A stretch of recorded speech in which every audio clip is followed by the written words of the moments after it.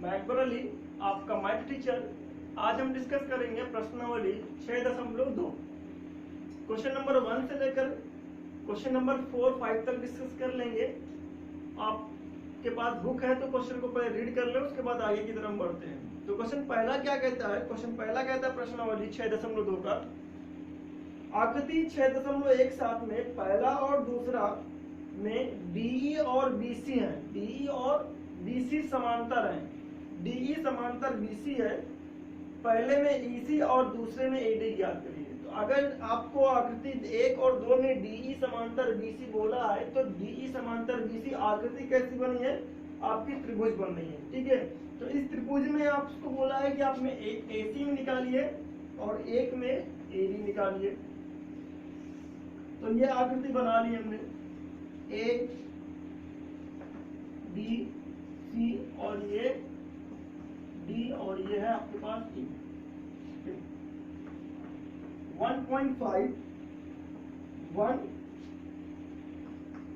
3 centimetre ये दिया गया आपके पास। ठीक है, और आपसे पूछा जा रहा है ईसी। आपको क्वेश्चन में मेंशन है पहले का पहला। ठीक है, पहले का पहला आपको दिया है डीई समांतर है किसके? बीसी के। डी अगर बीसी के समांतर है तो आपको पता है कि अगर त्रिभुज में कोई भी त्रिभुज की किसी एक भुजा के समांतर कोई रेखा खींची जाती है तो वो रेखा त्रिभुज की दो भुजाओं को सेम अनुपात में यानी समान अनुपात में विभाजित करती है। तो अगर आपका डी समांतर बीसी तो डी बीसी के समांतर यानी एक भुजा के समांतर है रेखा, तो हम ये कह सकते हैं एडी अपान बीडी ये समांतर है। तो हम आपको शीर्ष से भुजाओं का अनुपात ले सकते हैं एडी अपान बीडी और एई अपान ईसी। ये और ये कौन सी प्रमेय है? आधारभूत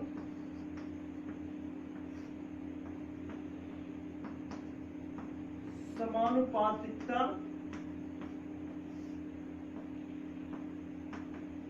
प्रमेय से ये प्रमेय है।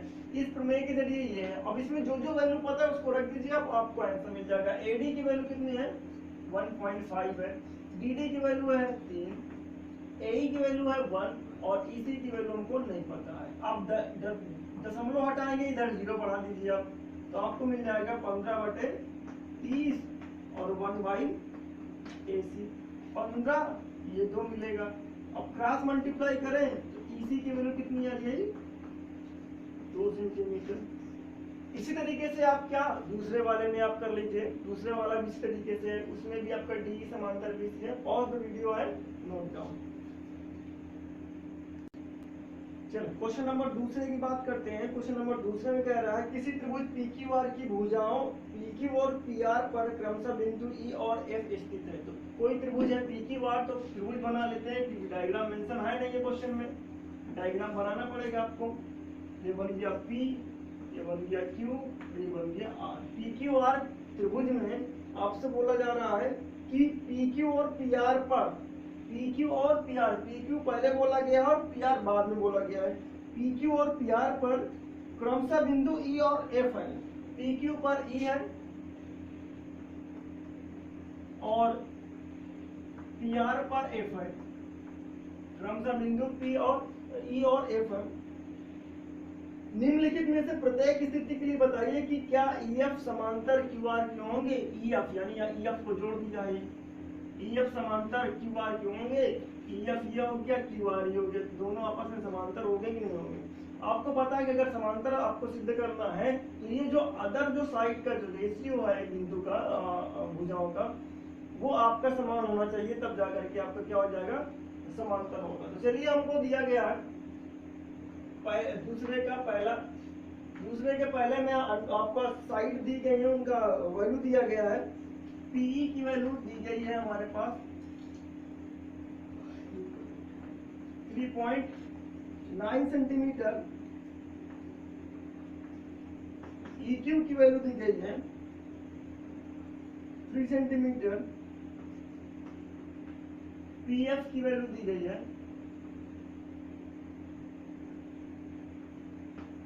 3.6 सेंटीमीटर। एफ आर की वैल्यू दी गई है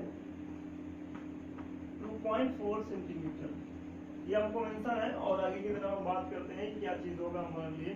तो हम पहली बात तो पीई का रेशियो ईक्यू के साथ लेते हैं, तो पी अपान ईक्यू, क्योंकि अनुपात बराबर होगा तभी हम समांतर की बात करेंगे, नहीं तो नहीं कर पाएंगे हम। पी अपान ईक्यू, पी की वैल्यू कितनी है 3.9, ईक्यू की वैल्यू कितनी है 3, डेसिमल हटा देंगे 0 बढ़ जाएगा, कितना मिलेगा आपको 39/30 मीन्स 13/10। तो पीई अपान ईक्यू कितना निकल के आया, ये निकल के आया आपके पास। इसी तरीके से आप बात करेंगे उधर वाली साइड का, तो PF upon F R, PF की वैल्यू कितनी है 3.6, एफ आर की वैल्यू कितनी है 2.4, दोनों से डेसिमल हटाएंगे तो मिलेगा कि आपके पास 36/24 पीएफ अपान एफ आर, ठीक है। तो पीएफ अपान एफ आर मिलेगा कि आपके पास 3 और 2, तो 3/2।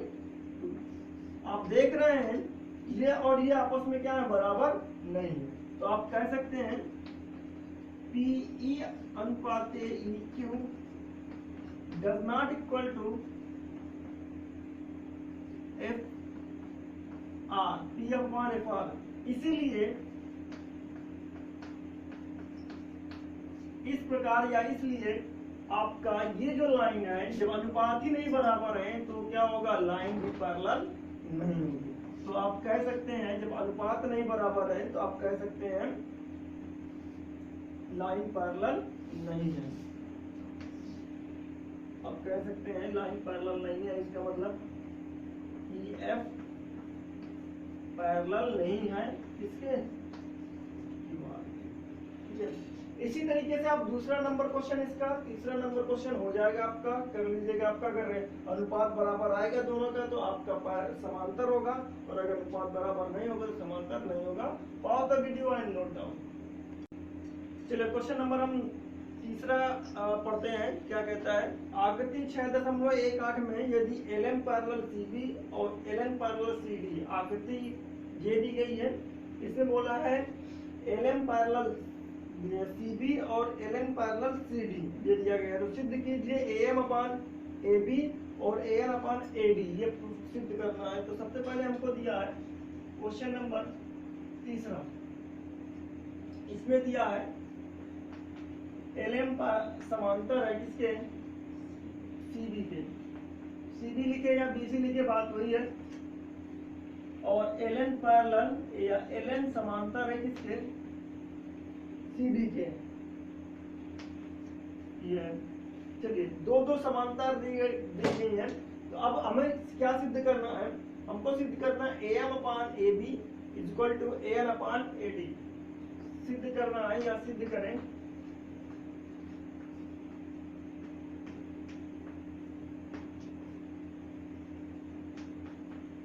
AM अपान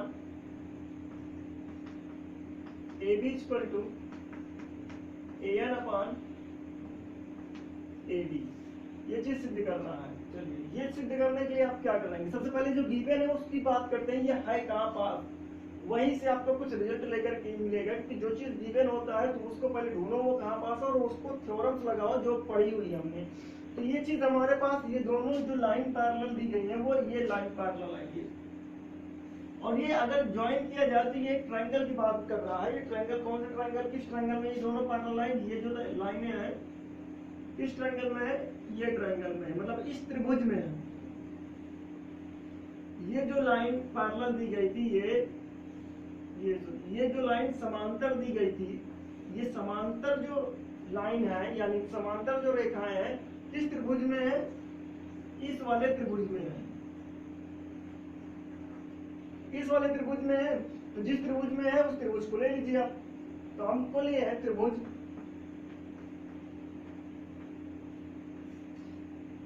ये लाइन किस त्रिभुज में है, ABC में है।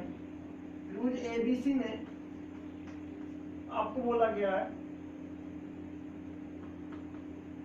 LM समांतर है CD के। और समांतर है तो आप क्या कह सकते हैं कि जो समांतर रेखा है वो और दो भुजाओं को समानुपात में विभाजित करती है। तो और दो भुजाएं कौन सी है? एक तो AC हो गई और एक AB हो गई, तो इसको समानुपात में विभाजित करेगा। तो आप समांतर रेखा के सामने वाले शीर्ष से अनुपात लेंगे। इसके सामने वाला शीर्ष कौन है? इस त्रिभुज का। ये इसके सामने वाला शीर्ष कौन है? A है। A से अनुपात नहीं है तो A से अनुपात नहीं है, AL अनुपात LC, AM अनुपात MB, समीकरण नंबर 1। और इसको आप क्या लिखेंगे? आधारभूत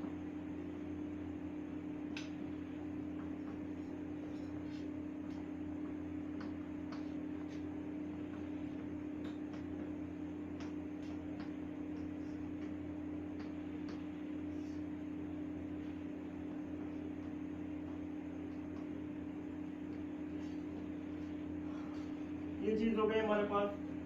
उसके बाद अगर बात करें, ये चीज रिजल्ट मिल गया हमारे पास। दूसरे रिजल्ट की बात करते हैं। दूसरे त्रिभुज में भी जो चीज दिया गया है वो LN समांतर ACD के। तो ये किस में है? ACD में है, त्रिभुज ACD में। हमको ACD में बोला है LN है, किसके समांतर है? CD के। तो भाई ये दो त्रिभुज में कहां पास मिल रहा है? ये मिल रहा है। और ये किस त्रिभुज में आ रहा है? ACD में आ रहा है। तो ACD में अगर तो इनके अनुपात क्या होंगे? बराबर हो गए AN अपान ND हो जाएगा, और उसके बाद में AL अपान LC हो जाएगा, समीकरण नंबर 2। और इसके लिए भी आप क्या लिखेंगे? सेम लॉजिक लिखेंगे आप, ठीक है? सेम लॉजिक लिखेंगे और सेम लॉजिक लिखने के बाद आगे की तरफ प्रोसीड करेंगे। अब आप जानते हैं कि समीकरण नंबर 1 और 2 की बात करें, AL upon LC equal to AM upon MB, यहाँ पर भी AL upon LC equal to AM upon MD है। तो समीकरण नंबर 1 और समीकरण नंबर 2 की बात कर रहे हैं। समीकरण नंबर 1 और 2 से, समीकरण नंबर 1 और 2 से बात करें तो ये दोनों क्या है? इक्वल टू है। AL अपान LC इसमें भी है, AL अपान LC इसमें भी है, दोनों की इक्वेट कर दीजिए, बराबर कर दीजिए। तो क्या मिल जाएगा? AM upon MB equal to AN upon MD, ये आपको मिला। लेकिन यहां तक तो आपका सही है। आंसर ये नहीं लाना है, आंसर लाना ये सिद्ध करना है। अब आपको कंफ्यूजन इस बात का है कि AM तो है, AM भी है, लेकिन AB की जगह पर MD है और AD की जगह पर ND है। तो आपको MD को AB कैसे बनाना है, ND को AD कैसे बनाना है, ये सोचिए जरा ये सोचिए। AB अगर लाना है तो AB है कहां पास? और AB में AM और MB दोनों आ रहे हैं। सोचिए AB इक्वल टू क्या लिख सकते हैं? दो खंड में है ना AB, AM में है और प्लस MB में है। अगर AM में MB जोड़ देते हैं या MB में AM जोड़ देते हैं तो आपको क्या मिल जाएगा? AB मिल जाएगा। इसी तरीके से आप AD की बात कर लें, AN plus ND, AN plus ND ये है। तो आपको क्या करना पड़ेगा? इसमें आपको MD हटाना है और ND हटाना है। सिंपल सी बात है, इस भिन्न को क्या कर दीजिए? पलट दीजिए। जब भी किसी हर को हटाना हो तो उसको अंश में लेकर के आइए, क्योंकि आपको पता है जब आप किसी चीज को ऐड करते हैं, किसी भी क्या नाम है आपका, किसी भी भिन्न में, तो आपका हर नहीं परिवर्तित होता है, अंश परिवर्तित होता है। यानी 2/, अगर 3 आप इसमें इस भिन्न में 1 और जोड़ देते हैं तो 3 एक नाम 3, 3 2 5, 5/, क्या हो गया? 3। हर परिवर्तित हो गया ना इस भिन्न का, अंश तो परिवर्तित नहीं होगा। तो आपको अंश परिवर्तित न करके क्या परिवर्तित करना है? हर परिवर्तित करना है। तो हर को ऊपर ले जाओ, अंश को नीचे करो। तो आप क्या करेंगे? इसको हम इमेज करते हैं, समझ गए होंगे क्या करें हम? MB अपान क्या कर लिए हम? AM कर लिए हैं, और ND अपान क्या कर लिए? AM कर लिए। इसी को पलटी मार दिया। अब क्या करें आप? AM इसमें जोड़ना है, AM इसमें जोड़ना है। तो कैसे है? AM का 1 के साथ गुणा करके इसमें जोड़ दो।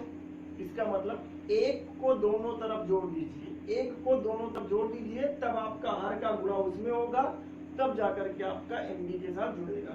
यानी 1 दोनों तरफ जोड़ने पर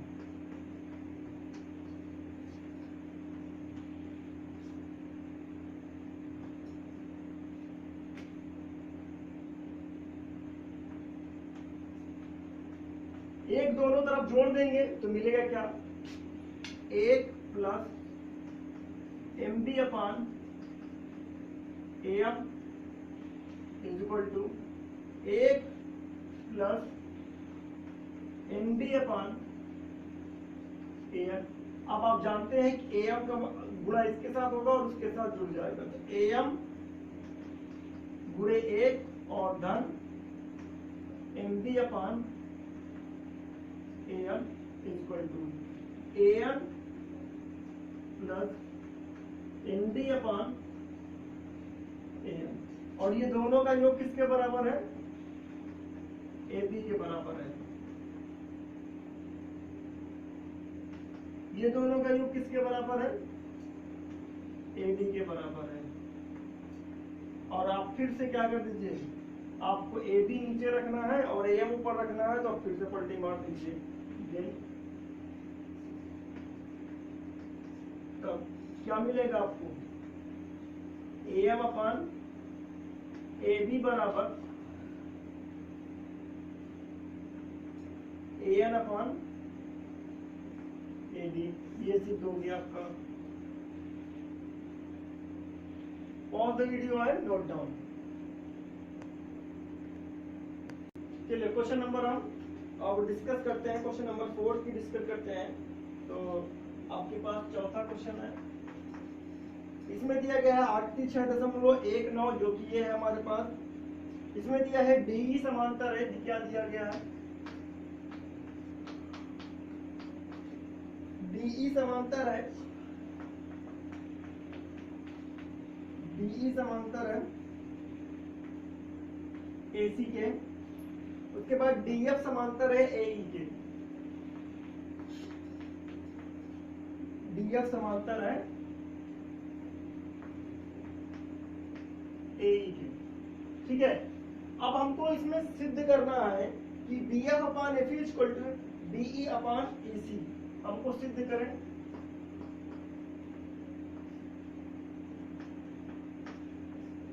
क्या सिद्ध करें, BF upon FE equal to DE upon AC। हालांकि जो चीज दिया गया है उसी से हम ये चीज रिजल्ट को ला सकते हैं। तो सबसे पहले ये जो पैरेलल जो दिए गए हैं, समांतर जो दिए गए हैं, ये समांतर ढूंढो कहाँ पास है डायग्राम में। तो DE समांतर AC, DE समांतर AC कहाँ पास है, DE ये चीज है, मीन्स ये लाइन है आपकी, और AC कहाँ पास है। अब ये दोनों समांतर रेखाएं किस त्रिभुज में आ रही हैं, क्योंकि हमने पढ़ा है कि जिस त्रिभुज में समांतर रेखा होगी उसका और दो साइड का अनुपात क्या हो जाएगा, समान होगा। ठीक है, तो ये जो दो त्रिभुज समांतर रेखा है, ये एक बड़े वाले त्रिभुज में आ रहा है। ये जो समांतर रेखा है वो किस त्रिभुज में आ रही है, इस वाले त्रिभुज में आ रही है। तो इस वाले त्रिभुज को ले लेते हैं।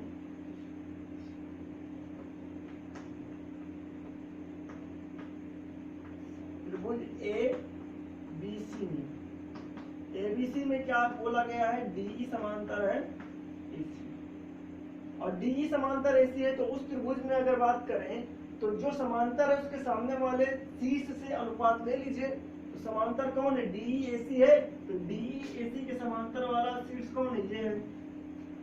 तो हम लिख सकते हैं DE अपान EC, यदि आपका E तक गया ना ये, तो DE अपान EC, और उधर क्या मिलेगा, D अपान DA, समीकरण नंबर 1। और इसको आप जस्टिफाई कर दीजिए, आप बताइए इसका औचित्य क्या है। औचित्य लिखिए, ये क्या है, किससे कह रहे हैं आप, आधारभूत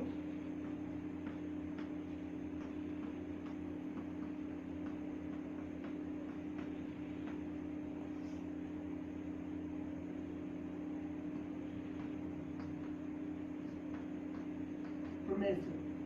ठीक है, ये आप प्रमेय का यूज कर रहे हैं तब जाकर के आप इसको सिद्ध कर रहे हैं। इसी तरीके से आप उस वाले समांतर रेखा की बात करें, वो कहाँ पास है उसकी बात करते हैं, तो डीएफ कहाँ पास है, सबसे पहले ये है, और एई कहाँ पास है, ये है। ये दोनों समांतर रेखा किस त्रिभुज में आ रहे हैं, जिसके सामने वर्टेक्स है और शीर्ष है, ये आ रही है, इसको मिला दिया जाए सामने, ये बन जा रहा है। तो ये त्रिभुज ले लीजिए, इसमें आ रहा है, त्रिभुज ए बी ई में, ए बी ई में देखें तो हम ए बी ई में बात कर रहे हैं, कौन सी भुजा समांतर है, ये, तो इसका अनुपात इससे, इसका और इससे आपस में क्या हो जाएंगे, बराबर हो जाएंगे। तो हमने लिखा, इसमें दिया आपका डीई समांतर है किसके, एई के, डीई समांतर है एई के, अगर डीई समांतर है एई के तो हम आगे की तरफ बात करते हैं, क्या मिलेगा हमारे पास, डीएफ अनुपात एसी इक्वल टू बीबी अनुपात डीए, समीकरण नंबर 2। और इसको भी आप क्या लिखेंगे, सेम लॉजिक लिखेंगे। ठीक है, अब समीकरण नंबर 1 और 2 की बात करते हैं, बीबी अनुपात डीए और बीबी अनुपात डीए, दोनों तरफ क्या है, बराबर बराबर। तो आप समीकरण नंबर 1 और 2 को क्या कर सकते हैं, बराबर कह सकते हैं। तो आप लिखिए इसमें समीकरण number 1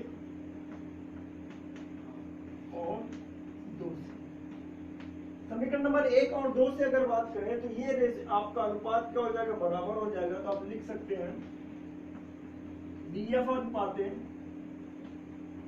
AC equal to be अनुपात EC।